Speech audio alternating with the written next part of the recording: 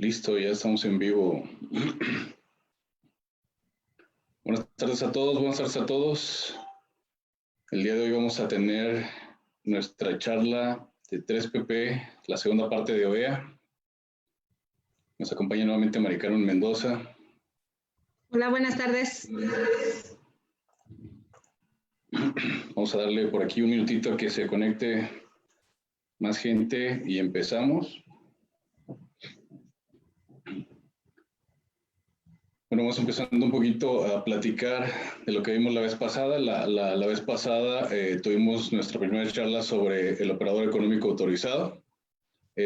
Vimos cuáles fueron los inicios del operador económico autorizado, quién se encarga de administrar este programa, que en este caso es en México nuestro sistema de administración tributaria, y también, pues bueno, dónde está establecido toda esta parte que tiene que ver con el operador económico autorizada, las reglas generales de comercio exterior en el capítulo 7, vimos por ahí algunos requisitos fiscales, legales que se tienen que cumplir antes de pasar al perfil, del cual vamos a estar hablando un poquito el día de hoy. Vamos a ver cuál es, en una auditoría, en donde se fijan un poquito más los auditores o en donde hacen un poquito más de énfasis en cuáles puntos de control. Y también, pues bueno, los invitamos a quienes nos ven, si tienen por ahí alguna pregunta con respecto a este programa, nos la pueden hacer a través de nuestro chat en vivo, de nuestro Messenger, o por ahí también les vamos a pasar el link a nuestro WhatsApp y nos pueden también hacer la pregunta por WhatsApp. Y a quienes se estén conectando por aquí más tarde, pues bueno, también los invitamos a nuestro canal de YouTube. Aquí mismo en el enlace de este Facebook Live, pues bueno, también se va a quedar ahí los enlaces hacia nuestras otras redes y hacia nuestro canal de YouTube, en donde tenemos grabados también las sesiones que hemos trabajado en las semanas anteriores. Entonces, pues bueno, si gustan, vamos iniciando, Mari. Y Claro. pues bueno, vamos preguntándonos ahorita cuáles, porque también estuvimos haciendo por ahí una diferencia entre CityPad y OEA. Entonces, ¿cuáles serían los beneficios de este programa, ¿no? A diferencia de CityPad. Si nos dices en específico cuál es el de CityPad, si quieres. Ok, bueno, habíamos comentado que los beneficios de CityPad eran básicamente los carriles FAST, el uso del carril FAST, que cuando toda la cadena de suministro está certificada en este tema, los tiempos de cruce se ven reducidos significativamente porque podemos utilizar este mecanismo del carril FAST, que es donde las revisiones son menores o son expeditas en este sentido, dado que ellos pueden confiar en que los controles de seguridad en cadena de suministro que hemos implementado les da un embarque seguro o más seguro, ¿no? que el resto. Esto es de manera inicial.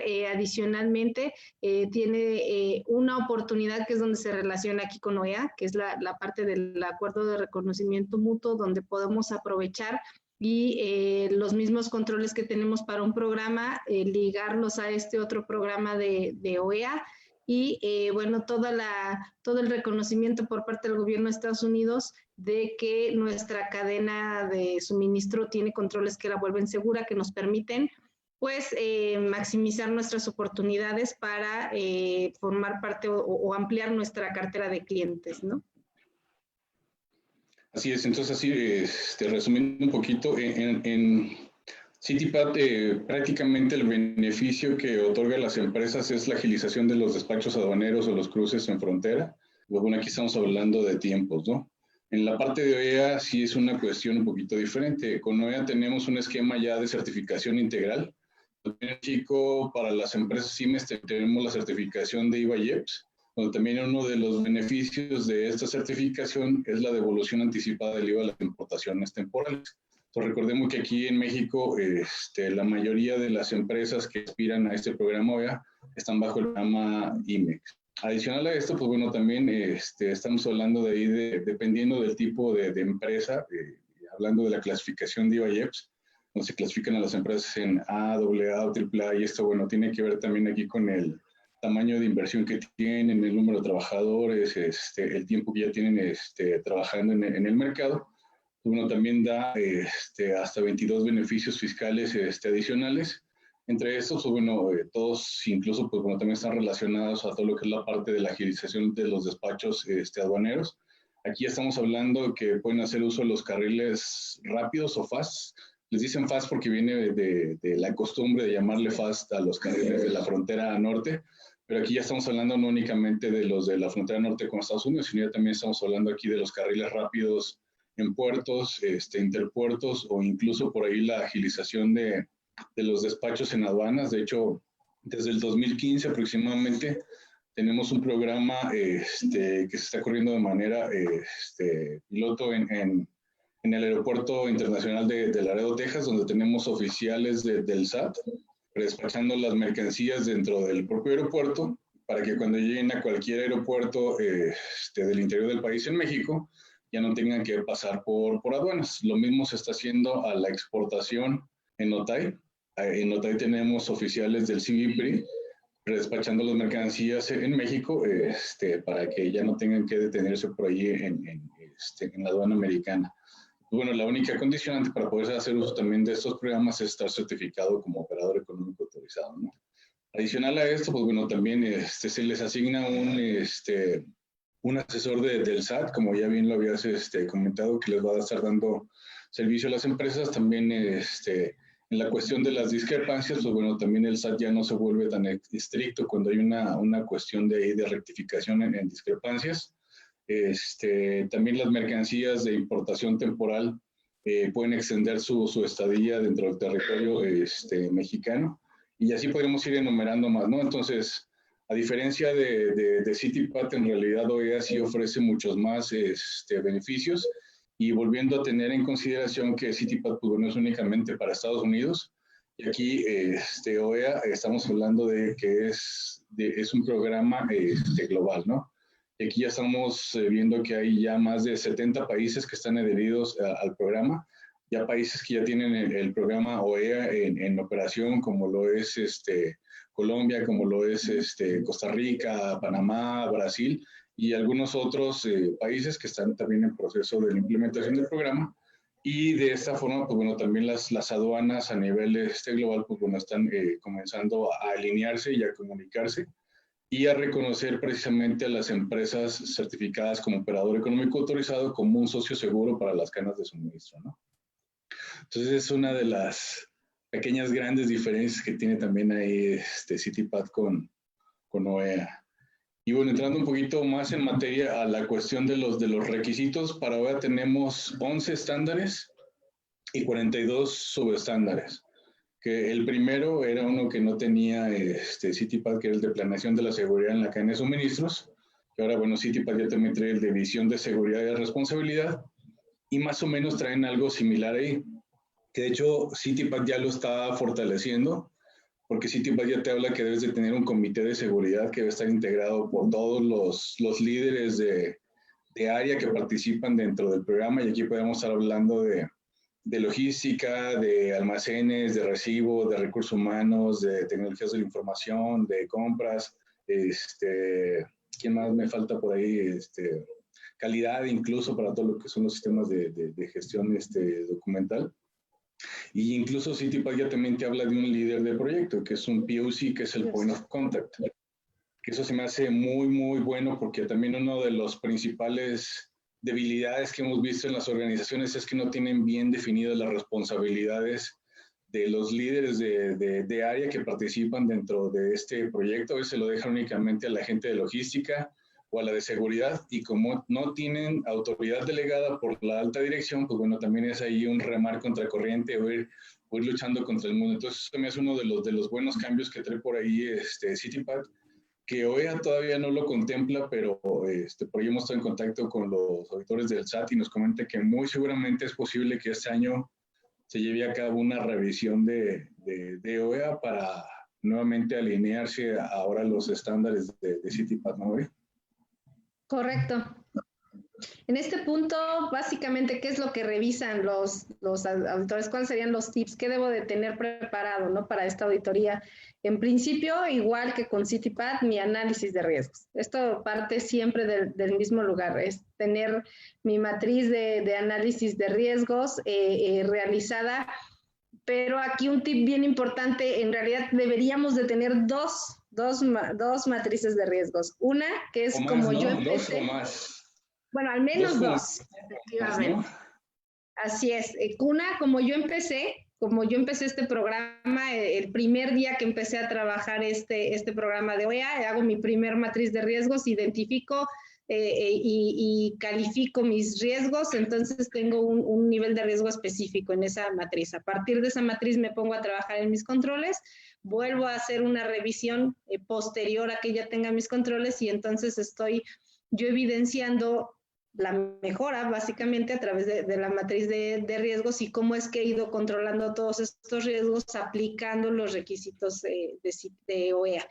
En ese sentido decimos dos al menos porque, bueno, son las básicas, pero pues dadas las recomendaciones que hemos venido platicando, pues la matriz tiene que estar actualizada constantemente, ver cómo hay nuevos riesgos, han cambiado las calificaciones de mis riesgos, cómo los factores externos me han cambiado esas ponderaciones que yo asigné a mis riesgos y estar considerando todos los elementos.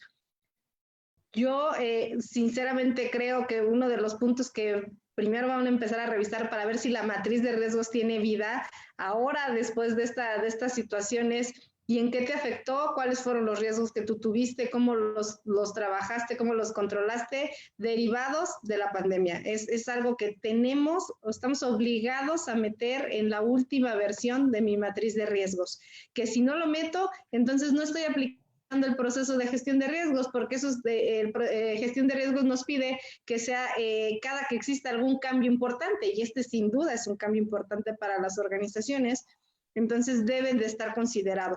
Pero no solo con el riesgo directo del contagio del personal, sino con los riesgos alternos que ocasionaron en la organización. Entonces, ese es el primer tip, una matriz de riesgos al menos dos, la última actualizada hasta este momento con estos efectos. Ese sería como el primer punto que nos van a revisar. Y de ahí, bueno, que nosotros podamos tener la lista, OEA lo menciona como políticas de seguridad. Políticas de seguridad, entiéndase como la lista de procedimientos que vamos a tener para cumplir con cada uno de los estándares. Entonces, deberíamos de tener al menos 12, porque son los 11 requisitos, que son los 11 procedimientos con los cuales yo debería de contar. Adicional a ese, el 12 puede ser el de las auditorías internas. ¿Cómo es que yo ya hice una auditoría interna en mi organización? ¿Cómo la planeé? ¿Cómo la llevé a cabo? ¿Qué resultados tuvo esa auditoría? Esos son los elementos que van a demostrar que realmente estoy revisando mi sistema de seguridad en cadena de suministro.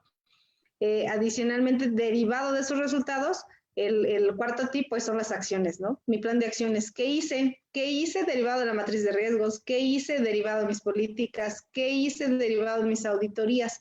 Son otras evidencias que dicen que yo estoy implementando este primer estándar de OEA, que es planeación de la seguridad en cadena de suministros. Y por último, los resultados, vuelvo a decir, los resultados de simulacros de planes de emergencia.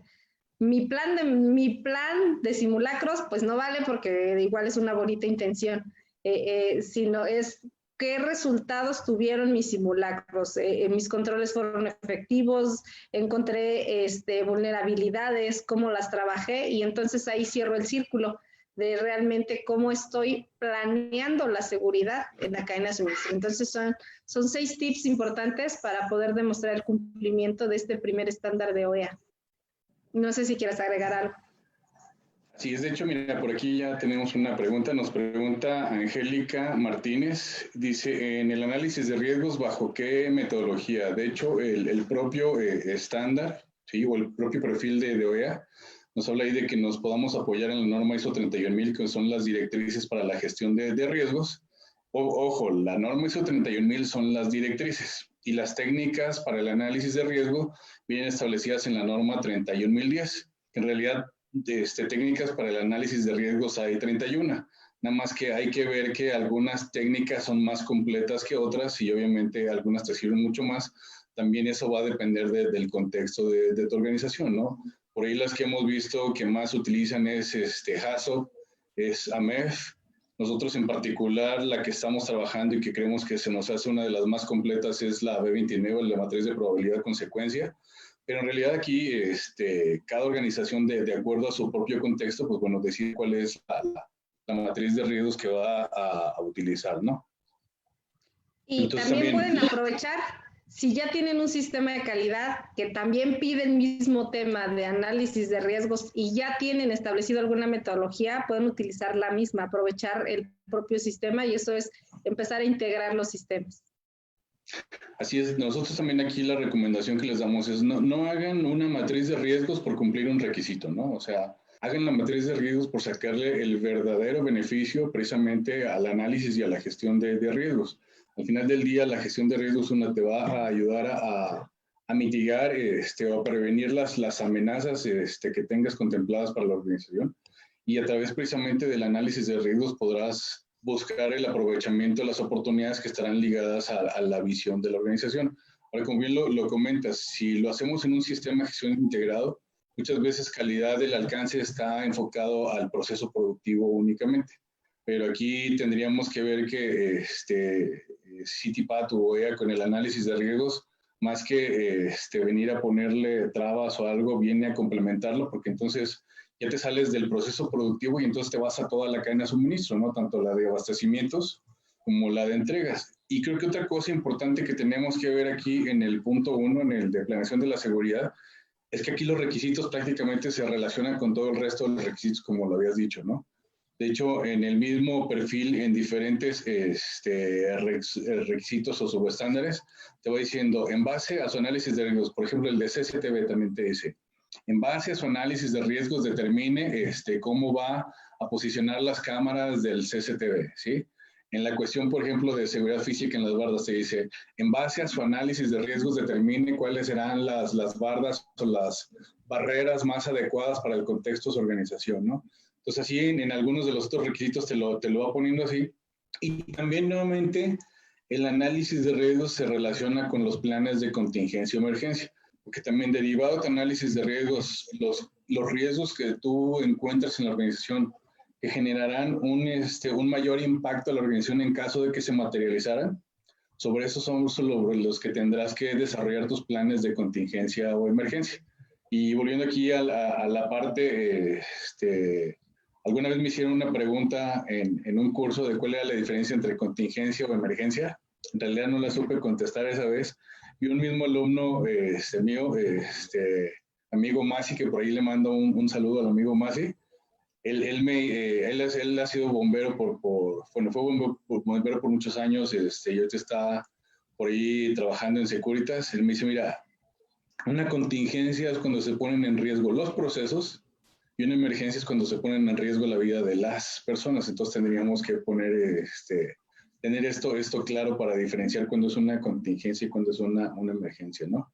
Y como bien lo comentas también, pues bueno, ahí en el mismo subestándar donde nos pide desarrollar los planes de contingencia, nos pide hacer los simulacros, y los simulacros también van enfocados no únicamente a revisar la parte del CCTV o el control de acceso, sino cómo puedes vulnerar todos y cada uno de tus controles, ¿no? En la medida de que tú no los puedas vulnerar, pues bueno, también será difícil que el crimen organizado pueda vulnerarlos. Entonces hacia allá va esta cuestión, y creo que se me hace uno de los más importantes, porque en realidad se relaciona con todos los demás, y como bien lo comentas, el análisis de riesgos es a lo que le ponen un poquito más de atención cuando se genera la auditoría, ¿cierto? Totalmente. Y eso que comentabas es vital. En base a su análisis de riesgos, ¿qué significa eso? Significa que dependiendo del nivel de riesgo que haya resultado de mi análisis, yo voy a determinar qué controles tengo que aplicar. Y entonces ahí empieza el segundo punto, que es seguridad física. Y entonces, en base a ese resultado, yo voy a ver qué controles físicos voy a poder implementar. tomo mi layout de mis instalaciones, empiezo a ver dónde están mis zonas críticas, empiezo a ver dónde está la carga, empiezo a ver cómo tengo distribuidos los accesos y en base a ese layout hago mi análisis y empiezo a determinar, necesito ciertas bardas perimetrales, necesito iluminación, necesito CCTV, necesito todos los tipos de controles que se van a incrementar y ese es un requisito específico, tener claro todos esos controlados de manera externa el perímetro para garantizar la seguridad del embarque, ¿no? Adicionalmente, inventarios de llaves y la parte de los aparatos de comunicación. El circuito cerrado de televisión es vital, pero este CCTV va en términos de, yo me gusta decirlo en términos de videovigilancia, no de grabación. O sea, yo estoy utilizando el CCTV para prevenir, para realmente vigilar. No lo estoy poniendo para que se grabe y para lo único que me sirve es para saber quién fue el culpable en el momento que ya sucedió el evento, porque entonces no tiene el fin adecuado. Entonces, CCTV va en todos los sentidos de poder estar alertas a lo que pueda estar sucediendo y reaccionando en el tiempo adecuado. Entonces, por eso viene el segundo punto, que es los monitores de CCTV y la evidencia de que esas grabaciones realmente las estoy aprovechando al máximo y resguardando al máximo también. Así es, de hecho fíjate que una de las ventajas que yo veo en los perfiles de OEA de México es que se me hace que son unos de los más completos, de los que vienen más explicado. He visto los perfiles de Colombia, he visto los perfiles de Costa Rica, de Panamá, de Brasil, y en realidad te dicen el requisito, pero no te explican un poquito más allá cómo cumplirlo. Incluso CityPath anteriormente estaba así, ahora ya el nuevo perfil sí ya te dice cuál es el requisito y cómo podrías cumplirlo. Eso también se me hace una de las mejoras en CityPath. Pero en realidad también el de México es uno de los perfiles que están más explicados. Ahora, también entendiendo esta parte en base al propio contexto de la organización, por poner un ejemplo, en la cuestión de seguridad física, no es lo mismo una seguridad física para una empresa que está fuera de un parque industrial, que está aledaña a colonias de alto riesgo, o que está aledaña a terrenos baldíos con gran extensión, o que está aledaña incluso a la carretera. Entonces, obviamente, pues bueno, dependiendo del propio contexto, pues ahí también tendrán que ver cuáles son los controles que tendrán que usar para prevenir los ingresos no autorizados a la organización, ¿no? Muy diferente a una empresa que está dentro de un parque industrial, donde el mismo parque industrial, pues bueno, ya tiene una barrera física periférica, donde el propio parque industrial también ya cuenta con seguridad interna. Entonces, a lo mejor ahí no tendrás que poner, a veces como dice en algún instructivo, ¿no? Las bardas a 2,5 metros y con concertina, eso va a depender del contexto. Incluso por poner un ejemplo, aquí en San Luis Potosí, uno de nuestros clientes que efectivamente está dentro del parque industrial, pero su barda trasera daba hacia la carretera. Yo le preguntaba que cómo le habían pasado la certificación si únicamente tenía la malla ciclónica con los 3 alambritos de púas, ¿no? Entonces ya me dijeron, es que en realidad no tenemos nada más eso, o sea, nosotros tenemos detectores de movimiento en todo el perímetro de la planta. Adicional a esto, cuando se activa uno de los sensores de movimiento, las cámaras hacen un paneo para ver es dónde se generó el movimiento, y tenemos un protocolo de reacción con los guardias de seguridad cuando se acciona una de las alarmas.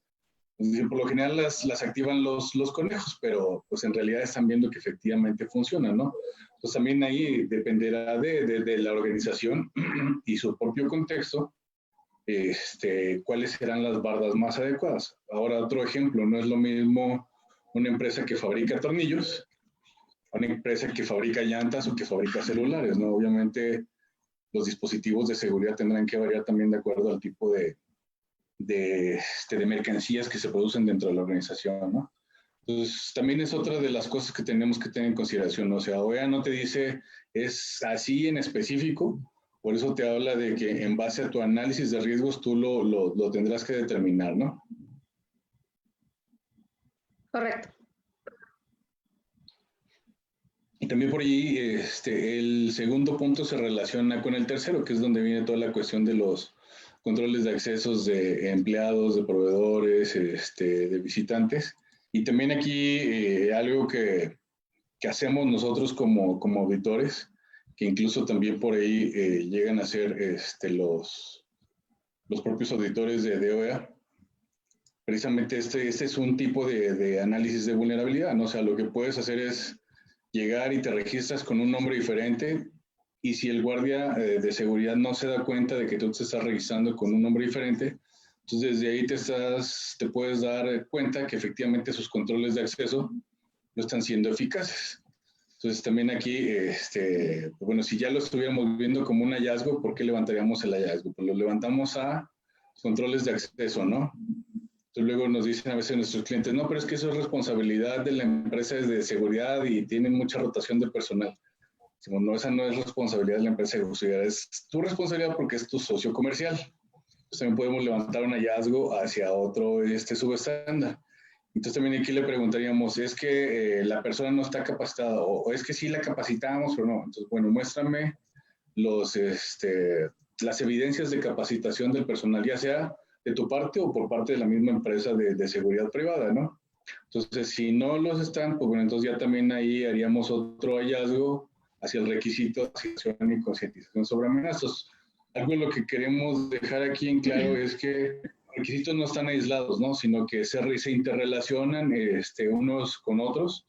Incluso por ahí el de CCP en específico se relaciona ahí al 7.2, si mal no me acuerdo, es el de revisión de las unidades, donde también te especifica que donde se lleva a cabo la revisión de las unidades tiene que estar cubierto 360 grados por el CCTV. Entonces hay que empezar a entender un poquito más el perfil, no como los controles no como aislados, sino que en realidad se van relacionando unos con otros dentro del propio perfil, ¿no? El punto 2 y según estándar 2 y estándar 3 de OEA, también es un tip que yo quiero comentar. No se tiene que tener el mismo control en todas las instalaciones. Sí depende de las zonas críticas, sí depende de dónde esté la mercancía, la información, los documentos importantes para los embarques tanto de importación y exportación, porque por ejemplo los controles de acceso físico no van a ser el mismo a un área crítica que es tu área de embarques, al área de, ¿qué te gusta? Al área de contabilidad, ¿no? O sea, por ejemplo, es donde tenemos que tomar esa diferencia, y aquí a OEA, ¿qué le importa? Le importa todo lo relacionado con el embarque. Entonces, en mercancía, documentos, información, todo lo que pueda impactar directamente al embarque es donde vamos a tener que tener controles de acceso físico más fuertes que en el resto de la organización. ¿Esto qué quiere decir de información? Incluso yo puedo visualizar al site, ¿no? Donde está toda la información, todos los servidores. Es algo importante, y es donde tenemos que tener los controles de acceso físico más estrictos. Entonces, para que puedan diferenciar que no todo es del mismo tamaño, para que tampoco nos pese, porque luego implementar este sistema, si lo hacemos muy cuadrado, pesa mucho para la organización. Entonces, hay que saber exactamente dónde es donde más le interesa al auditor OEA, para que realmente ahí es donde tengamos el cumplimiento pleno, y en los otros sí podemos ser un poquito más más flexibles para poder aterrizar. Pero ¿de qué depende? ¿Cuál área sí, cuál área no? Depende del layout específico de cada empresa. Sí, fíjate que ya aquí tenemos otra pregunta de Angélica Martínez, Mari, y nos dice, cuando hablas de control de llaves, ¿es de todas las puertas de las instalaciones? De hecho, control de llaves es como el término, porque si leen en detalle el perfil, habla de mecanismos de cierre. Entonces, no se imaginen la llave física, no es cómo vamos a tener ese mecanismo de cierre, que puede ser llave electrónica, que puede ser llave física, que puede ser un candado incluso. Entonces, ¿cómo vamos a controlar todos esos accesos? Y definitivamente se liga con lo que acabo de comentar, a las zonas críticas, con un control, incluso cuando vayan a determinar los mecanismos de cierre, ahí se determinan más fuertes, más robustos, un mecanismo de cierre del área de embarques, regreso otra vez, es donde más controles debes de tener y entonces obviamente los accesos también son controlados y las llaves también son controladas. Entonces no es que todas las llaves por igual tengan que estar en exactamente todas las puertas de la organización, aunque también hay que tomar, esto es para OEA, pero por sentido común, finalmente si tienes una puerta es porque quieres resguardar alguna información, algún personal o demás. Entonces, igual puede suceder, ¿no? Si de repente no tienes el control de llave de una puerta que tú consideras no crítica y se te cerró y entonces, ¿cómo la vuelves a abrir? Y a lo mejor tienes algo para la operación que necesitabas en ese momento y entonces, ¿cómo reaccionas? Entonces, como por sentido común se controlan todas, pero ¿cuáles son las que realmente importan? Las críticas, las relacionadas con todo lo que es la mercancía, con todo lo que son los documentos, con todo lo que tenga información involucrada en el embarque, pero sí son diferentes de acuerdo a cada una de las empresas, por eso les decía yo, depende de su layout totalmente. Así es que, y aquí también algo que es importante recalcar, el mismo perfil te habla de que las áreas administrativas deben de estar segregadas de las áreas operativas, es decir, los operarios no tienen por nada que andar haciendo las oficinas y por ahí nos hemos encontrado algunas organizaciones que nos dicen, es que yo aquí tengo una política de puertas abiertas. Nosotros le decimos, o sea, sí, pero no hay que malentender esa política. O sea, esa política quiere decir que cualquier persona puede sacar una cita y puede venir contigo a entrar a ti y hablar como gerente de la organización, ¿no? Pero eso no quiere decir que aquí todo el mundo pueda andar como Pancho por su casa. Y también este requisito de las llaves se relaciona con el otro cuando es el de alta de personal o el del ingreso de personal, porque también ahí tenemos que ver cómo vamos a controlar esa parte, qué tipo de accesos le vamos a dar a las personas. Y también aquí, como bien lo comentas, no es una cuestión nada más de llaves físicas, aquí también lo podríamos ver si son controles biométricos, si son controles por tarjetas, o incluso por café, no sé cómo se van a hacer los controles. Entonces, nuevamente los requisitos o los subestándares se relacionan unos con otros, ¿no? No hay que verlos únicamente como para cumplirlos, sino hay que ir escarbándole un poquito más y ver cómo unos se van relacionando con otros subestándares. Entonces, creo que es una de las formas o de los otros tips que les podemos dar, que empiecen a ver cómo se relacionan unos requisitos con otros, porque en realidad cuando no lo sabemos relacionar, si nos levantan un hallazgo, puede ser que el hallazgo no caiga a un solo requisito, como le pega a otros requisitos, entonces el hallazgo va a ir a diferentes estándares o subestándares, ¿no? Correcto. Bueno, el siguiente estándar es la parte de socios comerciales. Socios comerciales entiéndase como cliente y como proveedor. Es otro tip importante que queremos compartirles. No es necesariamente 100% proveedores, sino también mis clientes. ¿Cómo estoy haciendo ese mecanismo de selección? De selección en términos de clientes de investigación, de que no por no revisar yo la confiabilidad o la legalidad de mi cliente, vaya yo a terminar involucrado en todas estas cuestiones de contrabando y de terrorismo. Entonces es buscar hacer una selección tanto del proveedor, del socio comercial cliente, del socio comercial proveedor, que aquí es donde todo se empieza a relacionar, porque aquí es donde me pide que yo le pida a mis proveedores los mismos controles de seguridad. Y entonces es donde ya como empresas empiezo bueno, ya por eso me están pidiendo OEA, por eso me están pidiendo CITIPAD, porque me están pidiendo, aquí es bien importante, OEA en particular no pide que le pidamos certificaciones a nuestros proveedores, pide que nos aseguremos de que tengan controles de seguridad. Entonces, bastaría con revisar que realmente tenga sus controles y entonces puede ser aceptado. Claro que si está certificado mucho mejor, pero no es necesariamente, aquí sí yo creo que se malentiende o se facilita uno la vida diciendo ya mejor si está certificado ya no tengo nada que revisar, pero sí en caso de que no estuviera certificado tendríamos que revisar a nuestros socios comerciales, pero aquí también, no a todos. ¿A quién? A los críticos, A los críticos son a los que realmente impactan a la seguridad de mi cadena de suministro. Y entonces vamos limpiando la lista de los proveedores porque son los que te va a revisar OEA. No te va a revisar a todos, sino los que realmente son críticos importantes para tu cadena de suministros.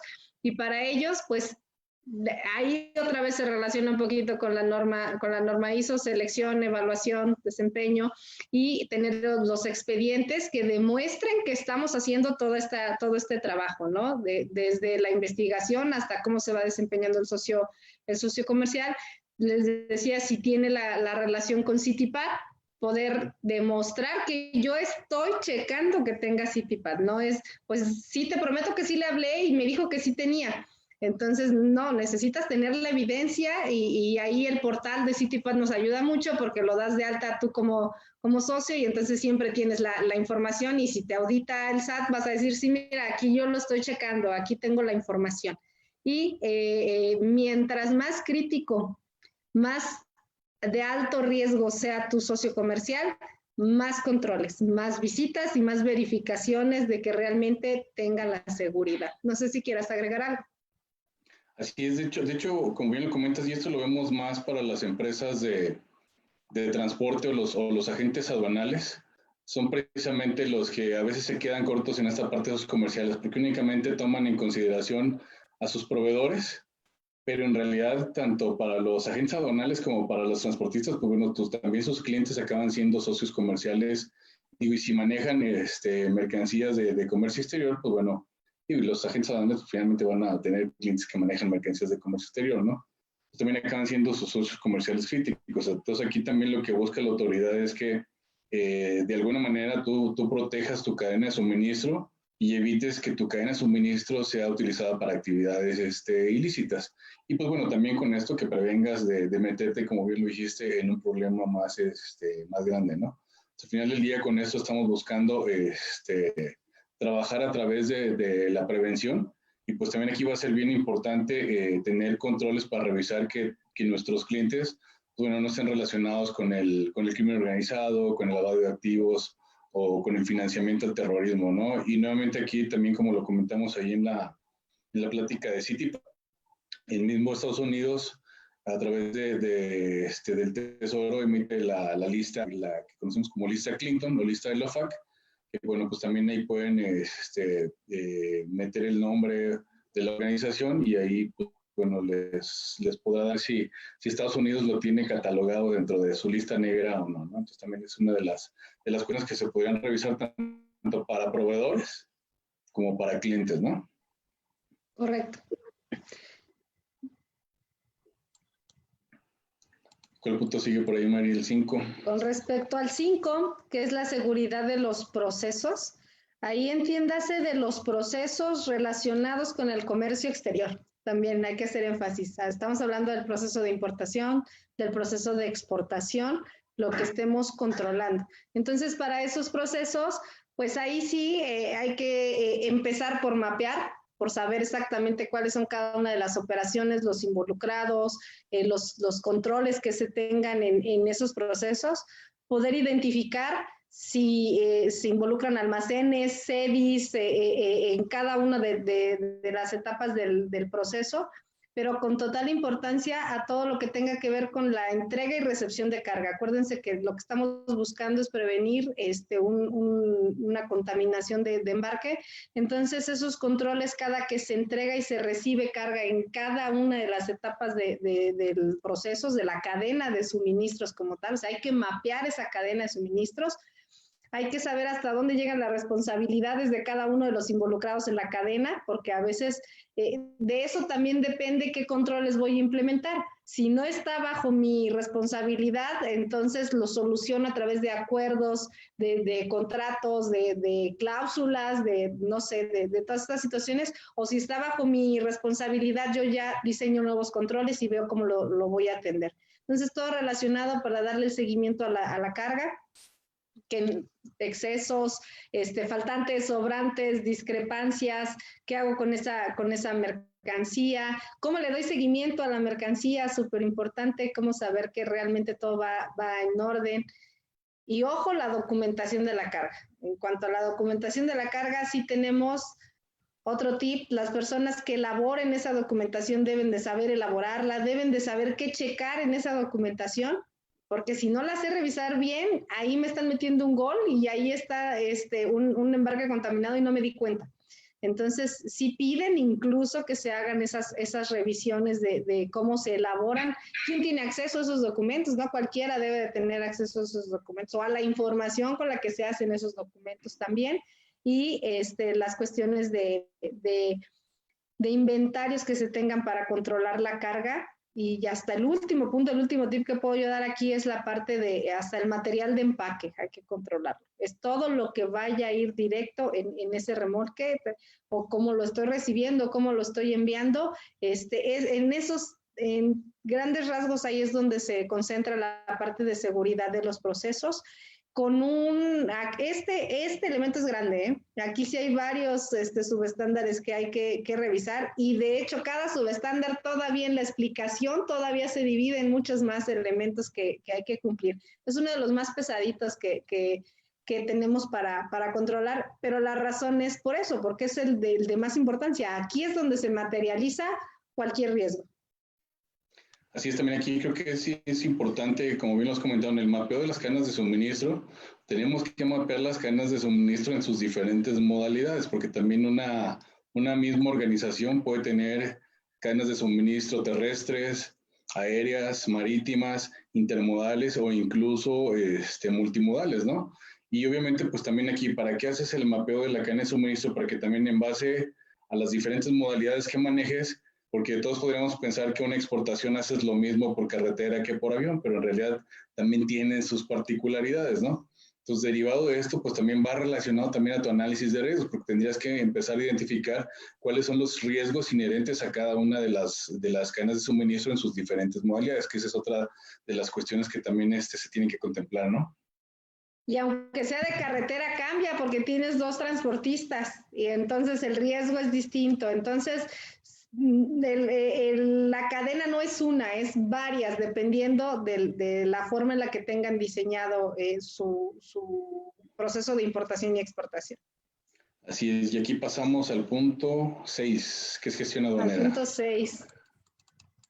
Que es otro de los que comentábamos que es el diferente al de CITIPAD, ¿no? CITIPAD no traía esta cuestión de gestión aduanera, y en realidad si nos vamos a revisar con otros perfiles de OEA de otros países, México es el que tiene la particularidad de tener el 6, que es el de gestión aduanera. ¿Cómo podemos dar cumplimiento a la gestión aduanera? Primer punto, agentes aduanales. Agentes aduanales, cómo es que vamos a seleccionar, cómo es que vamos a evaluar, con todo lo que vamos a revisar para garantizar que el agente aduanal cumple también con la parte legal.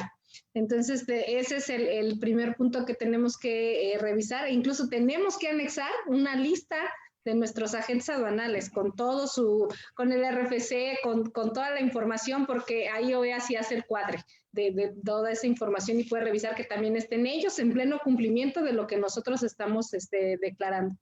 El segundo, el control de inventarios del anexo 24, también que lo estemos llevando en forma adecuada conforme se marca. Y el siguiente, pues, es toda la documentación que esté realmente correctamente elaborada, que son la determinación de origen, el valor de las mercancías, el pago de los aranceles, las contribuciones, la clasificación arancelaria, todas estas cuestiones, obligaciones fiscales que estén realmente elaboradas en base a los lineamientos adecuados, que estén revisadas y que estén cumpliendo la ley. ¿Esto qué quiere decir? Que no voy a importar o no voy a exportar mercancía que no está cumpliendo con la ley en todos los sentidos, hasta el arancel que estoy pagando en ese sentido. Entonces, ¿cómo cumplir esta parte? Pues empezar a revisar con mi proceso de importación y exportación, todos mis actores, el agente aduanal, cómo me envía la información, si es que el valor de la valoración de la mercancía está bien hecha o no, y depende mucho de las responsabilidades de la cadena de suministro, ¿no? Se liga totalmente con el... Dime. Perdón, también en este estándar es donde cambian los perfiles dependiendo de ya si eres empresa manufactura, si es transportista, si es agente aduanal. En realidad, para empresa manufactura es el que está más completo, es el que trae más requisitos en sus estándares. Para transportistas, aquí está más relacionado con todo lo que tiene que ver con el CAT, ahora con los gafetes únicos de los operadores. Y aquí, por ejemplo, para el de parques industriales, no tiene este requisito, que es el de gestión aduanera, porque en realidad los parques industriales pues no hacen ninguna gestión aduanera, ¿no? Entonces creo que aquí es también una de las diferencias que tienen los diferentes perfiles para la parte de OEA, ¿no? Correcto. Y seguimos con el 7, que también es uno de los más importantes, ¿no? Definitivamente es la seguridad de los equipos de transporte. Entonces, en ese equipos de transporte, entiéndase todo tipo de remolque que vamos a controlar. Y aquí viene cómo podemos cumplirlo, teniendo un pleno control de los sellos en todas sus etapas, desde que lo solicito hasta que se entrega el sello a la parte donde ya no soy responsable y si todavía yo soy responsable hasta su destrucción. Entonces es una trazabilidad completa de nuestro sello de seguridad. Adicionalmente, la forma en la que se puede colocar el sello de seguridad, garantizar que se coloque de manera adecuada. Aquí, tanto en OEA como en CITIPAD, pues el único método aceptable y válido es el BBTT, en donde nosotros tenemos que garantizar que las personas lo sepan hacer y realmente lo hagan cada una de las operaciones, porque aunque yo me lo sepa de memoria, el día a día, yo ya termino poniendo el sello rápido y vámonos, ¿no? Entonces no puedo validar si realmente estoy poniendo ese sello de manera correcta. También se relaciona con el CCTV porque tengo que estar vigilando que realmente esta colocación de sello se haga de la manera correcta. ¿Y por qué es tan importante? Porque es la que garantiza el interior del remolque, la mercancía, la seguridad o la contaminación que pueda tener el remolque depende del sello y de los mecanismos de cierre, no es nada más el sello de seguridad. Y entonces empezamos a ver que dependiendo del tipo de remolque, lo que yo deba de considerar adicional como mecanismos de cierre, las bisagras, los pernos, todo lo que el crimen organizado pueda utilizar para contaminar mi embarque sin violar el sello. Así es, sí. De hecho, creo que es uno de los requisitos también donde pone especial atención los auditores del SAT. Y aquí también una recomendación que nosotros les hacemos a las organizaciones es que creo que también este es uno de los requisitos donde tienen que hacer más análisis de vulnerabilidades. Y uno de los análisis de vulnerabilidades para este requisito es, bueno, vamos con quien hace la revisión de los puntos de inspección, que por lo general en algunas organizaciones son los guardias. Entonces le pedimos un formato del día de hoy, un formato de ayer, uno de hace una semana, unas 2 semanas o uno de hace 3 semanas, porque aquí también lo que nos pide como requisito en el CCTV es que tengamos al menos 30 días de grabación, o si alguna de tus operaciones de comercio exterior dura más tiempo por el tiempo que duran tus operaciones de comercio exterior, ¿no? Entonces aquí está hablando de que, por ejemplo, si exportamos hacia China, bueno, y el tiempo de tránsito de China son de 28 días, pues entonces ya los 30 días ya no te sirven. Aquí tendríamos que estar hablando a lo mejor de 60 días de grabación, ¿no? Entonces, ya una vez que tienes estos formatos en físico, pues ahora sí te vas al CCTV y te vas a ver si efectivamente los llevaron a la práctica y los hicieron de buena manera, ¿no? Pues con esto, ¿qué es lo que vas a buscar? Pues una, que si no los están haciendo bien, pues bueno, los comiencen a hacer de la manera adecuada. Y digo, ya también cuando quienes llevan a cabo las inspecciones se dan cuenta de que cada cierto tiempo están auditando esta parte, pues bueno, sí le ponen más atención a estas cuestiones, porque en realidad sí este es uno de los requisitos en donde sí le pone especial atención los auditores tanto del SAT como del CBP, de revisar que efectivamente sí se estén llevando a cabo las revisiones de compartimientos ocultos dentro de las unidades, ¿no? Ahora, estas revisiones son aleatorias. ¿A quién revisan? Al chico que está haciendo la revisión. O sea, esto no es administrativo, esto es operativo. y siempre me preguntan, bueno, ¿cuál es el que me pueden revisar? Pues cualquiera. Entonces, para que te revisen cualquiera, debes de tener todos trabajados de la manera correcta. Incluso por ahí en este punto se solicita que se haga la empresa misma una revisión aleatoria de que de que estas revisiones se estén haciendo correctamente, justamente porque es muy difícil garantizar que realmente en todas las operaciones se realice. Y aquí es donde hasta el clima nos pone trampa, ¿no? Porque finalmente yo hago una inspección de 17 puntos perfecta a las 9 de la mañana, sin tanto calor y demás, pero ya no es la misma que estoy haciendo a las 11 de la noche y no es la misma que hago si llueve, ¿no? Entonces, todas estas cuestiones es lo que hay que revisar porque cada embarque debe llevar la misma metodología de revisión y la misma seguridad. Y mira, aquí también nos pregunta Bon Giovanni, dice, en el estándar 7 me surgió una duda. Tengo entendido que se recomienda el uso de sellos indicativos para contenedores vacíos, pero no es obligatorio, ¿o sí? Efectivamente no es obligatorio, eso es más bien para llevar un control. Y aquí también si lo relacionamos ya también con la cuestión de CITIPAT, pues esto va a ir relacionado a todo lo que es la parte de seguridad agropecuaria, ¿no? Donde ya también CITIPAT se va a poner más estricto en que estés cuidando que ya no nada más vayan contaminantes, hablando de drogas o alguno de los otros contaminantes que se pueden determinar por crimen organizado, sino que ahora también cuides que no vayan contaminantes biológicos. Y aquí estamos hablando de plagas, hojas, tierra, semillas o cualquier otro contaminante que se pudiera considerar biológico. Entonces aquí también ya va más relacionado esta parte, o sea, que tengas el control de que si tienes remolques vacíos dentro de la organización, ya sea como empresa de transporte, sí, o como embarcador, pues que ahora se asegures de que la carga vaya íntegra y evitar que también se contamine por agentes biológicos, ¿no? Hacia allá va más ese aspecto. Y al final del día, pues tener los sellos indicativos, que son los de plástico, pues te va a ayudar a que efectivamente ese remolque no se abrió en el tiempo que estuvo estacionado ahí.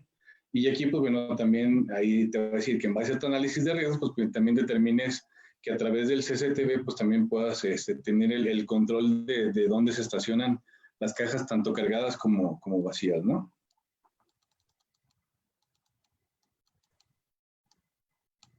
Y seguimos con el 8 por ahí, ¿no, Mari? Que si no, no acabamos, ya se nos está acercando. Sí, ya vi.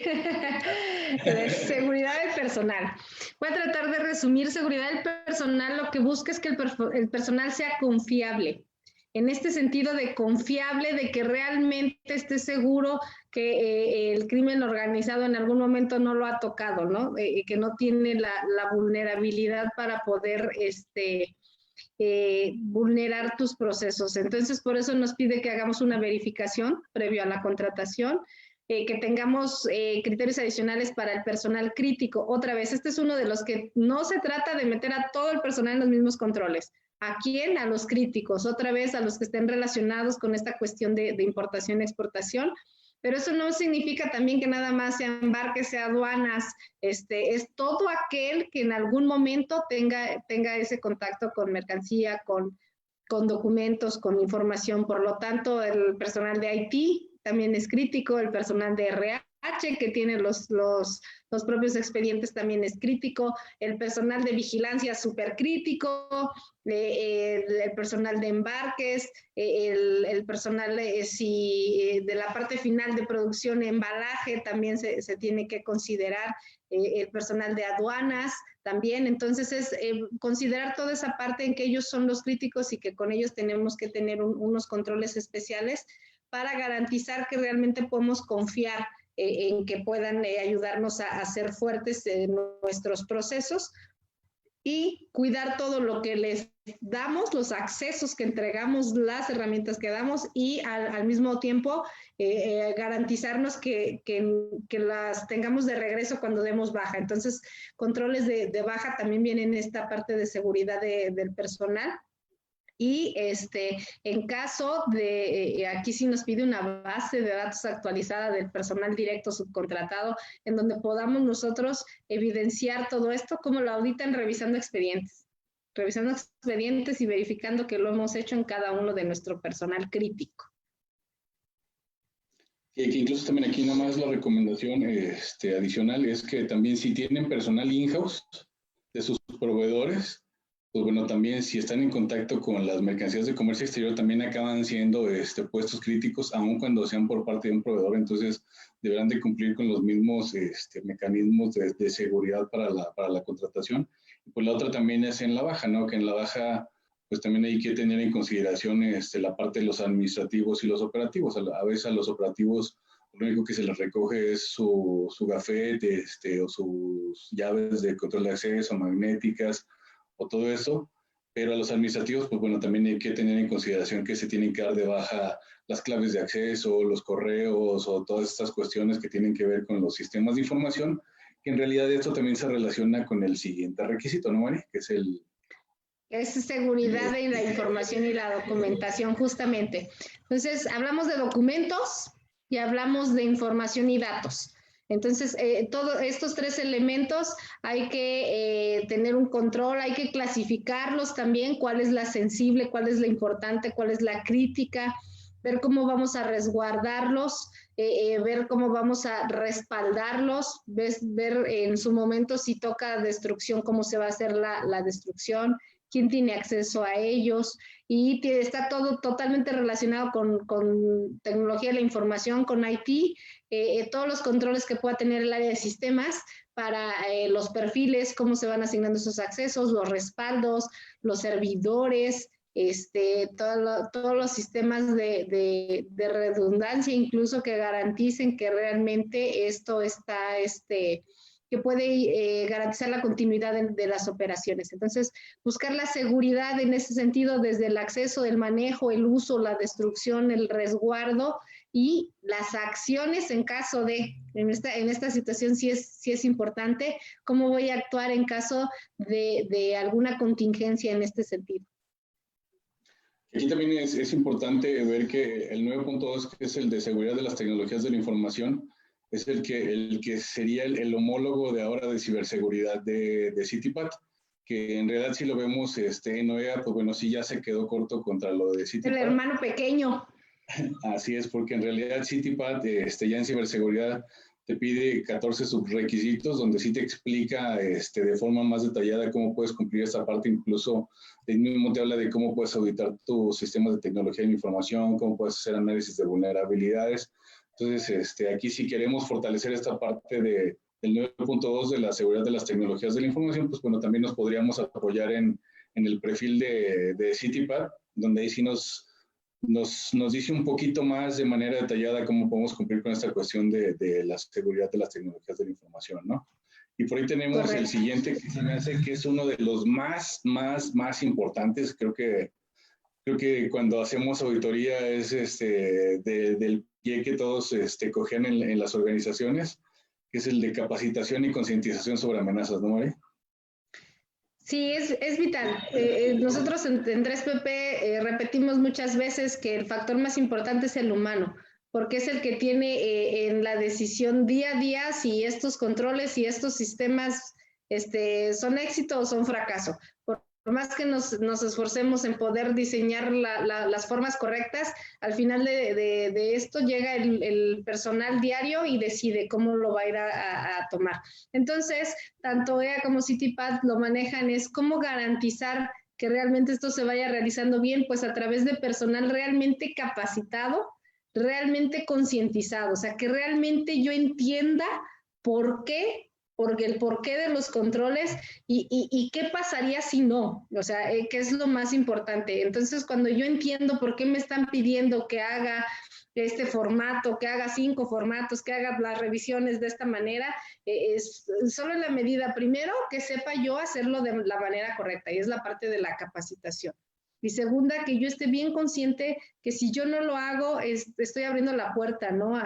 Estoy echando abajo todo el sistema, porque por un evento aquí este sistema funciona así, funciona por cada embarque que nosotros vamos trabajando. Entonces, si en un embarque en particular yo no hice una actividad específica, esto pudo derivar en la contaminación del mismo, independientemente de todo un sistema robusto que yo tenga. Entonces, sí tiene todo que ver, hay que tener un programa de capacitación, hay que cumplir ese programa de capacitación, sobre lo más importante, y hay que evaluar que ese programa de capacitación fue efectivo. No se trata también de que yo ya te di la plática y aquí está la firma de que tú viniste. Ya con eso estamos listos. Eso tampoco garantiza las cosas. Tengo que revisar que realmente estamos llegando al nivel de conciencia que se está buscando en estos programas.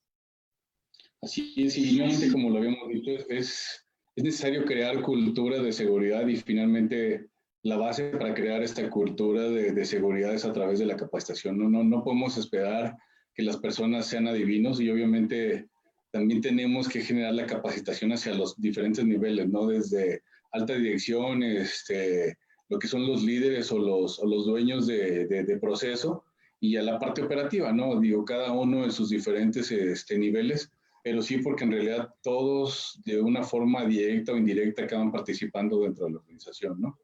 Y aquí viene el último requisito que en realidad se relaciona incluso también con el 1.4, que son los planes de contingencia y emergencia, porque también tenemos que saber qué hacer en caso de que se nos materialice algún riesgo. Obviamente tenemos que llevar a cabo la investigación de qué fue lo que pasó.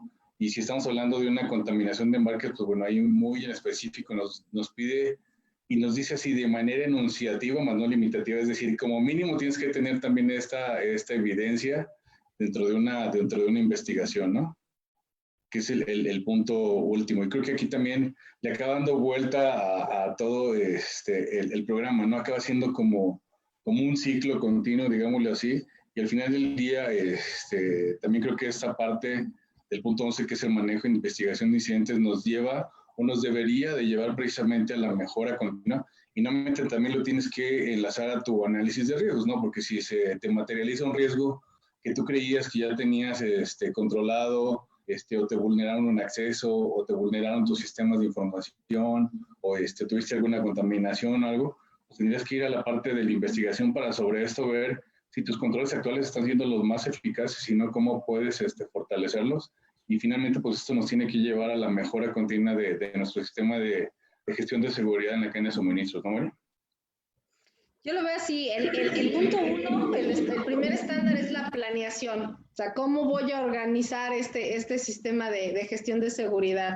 Tengo del estándar 2 al estándar 10 para ir haciendo todos mis controles en los diferentes elementos que puedan influir en la seguridad y para buscar prevenir, para que no suceda. Y entonces efectivamente llega el 11 y me dice, y si aún con todo esto que hiciste, y si no, y si algo pasa mal, ¿cómo es que vas a reaccionar? Prepárate para reaccionar y que también el tener los procedimientos y los controles no nos garantiza que va a estar siempre el escenario ideal. Entonces es cuando algo nos falle, también hay que estar preparados para eso y OEA aquí sí nos pide ¿qué vas a hacer cuando algo falle? Y entonces en ese estándar nos da incluso la lista de cosas que tenemos que investigar. Aquí sí nos pide un expediente de un análisis específico de cada uno de los incidentes. Nada más que, ojo, aquí hay otro tip. No todos los incidentes son de la misma categoría y no tenemos que tratar a todos con tanto formalidad. Entonces, obviamente los importantes, los que son contaminación de embarque, lo que son terrorismo, lo que son drogas, esos son los importantes, los que tenemos que tener perfectamente documentados. Si de repente todavía surgen algunos incidentes menores, hay que darles un tratamiento, sí, pero no del tamaño de los principales. Por ejemplo, ahí alguna vez nos decían, bueno, y el robo en particular, o EA lo pide o no lo pide, lo trabajo o no lo trabajo. Entonces, esto va relacionado directamente con la seguridad en cadena de suministro y no te lo pide directamente, pero pues algo que tú vas a aprovechar todo este sistema para realmente sacarle todo el jugo y el beneficio para tu organización. Entonces, en el estándar 11 está exactamente cómo es que debo de prepararme para reaccionar y efectivamente es el que cierra el círculo, el que si tengo esa reacción adecuada, vuelvo a alimentar el punto 1 de mi análisis de riesgos y volvemos a empezar. Así es, y bueno, pues ya para concluir, Mari, de hecho aquí nos pregunta Dinora Ville, dice, ¿cambiará algo en planes de contingencia con el tema del COVID? En realidad, puede ser que no de manera inmediata cambien los estándares, tanto de CITIPAD como de OEA, pero en realidad sí tenemos que empezar a ver que sí tienen que cambiar las cosas. De hecho, por ahí he estado leyendo diferentes artículos y también hablan de que precisamente esta situación que estamos viviendo el día de hoy va a generar cambios importantes como los generaron así que los sucesos que tuvimos en el 9/11, ¿no? Con el ataque a las Torres Gemelas. A lo mejor de inicio no cambiarán hacia los perfiles, pero sí tenemos que empezar a trabajar de forma diferente. Finalmente, como tú bien lo comentas, hubo una disrupción en las cadenas de suministro, entonces ahora sí tenemos que integrarlo dentro de nuestro análisis de riesgos y ver qué es lo que podemos hacer, aprender ahora sí que de lo vivido, tener resiliencia y empezar a salir más fuertes. Ahora sí tenemos que incluir todas estas situaciones que estamos viviendo el día de hoy dentro de nuestros planes de contingencia o emergencia, para si se vuelve a materializar el riesgo, si volvemos a tener una situación similar, ¿cómo podemos salir menos raspados? No digo, raspados vamos a salir, pero ¿cómo podemos salir lo menos raspados posibles? Y nuevamente aquí la invitación que nosotros les hacemos es no hagan un sistema de gestión únicamente por cumplir, no entren a un programa OEA o a un programa CITIPAT únicamente por tener el papel, sino para generar los verdaderos beneficios que pueden sacar de todo esto, ¿no? Y más si lo integramos a un sistema de gestión de la calidad, fortalecemos el sistema de gestión de la calidad y a través de esos controles podemos hacer más eficiente nuestro sistema de gestión de la calidad, ¿no? Creo que a través de una buena implementación de estos programas podemos generar eficiencia dentro de la organización. Entonces, esa es la invitación, ¿no? O sea, no hagan las cosas de forma, por el papel, sino háganlas de fondo para generar eficiencia dentro de la organización. Y eso es lo que queremos dejar, o lo que me gustaría dejar para hoy. No sé con qué te gustaría concluir el día de hoy, María. Perfecto. Pues mira, pendientes de este tema sobran. Creo que todavía si nos pusiéramos a analizar cada detalle, hay muchos tips que pudiéramos irles ofreciendo. Pero efectivamente, si ya vamos a hacer este trabajo, porque de todas maneras nos va a costar trabajo implementar el programa, hagámoslo para el beneficio de la organización. Y no solo lo hagan para el beneficio del director, todo esto beneficia de manera personal a cada uno de nosotros porque termina cuidándonos en nuestra seguridad también. Entonces, estos programas sí me benefician, además de como empresa, me benefician como persona. Entonces, si lo vemos de esa manera, yo creo que estos programas son muy, muy buenos para las organizaciones. Incluso te da una oportunidad muy padre cuando participas dentro de estos programas de desarrollarte tanto personal como profesionalmente dentro de la organización, ¿no?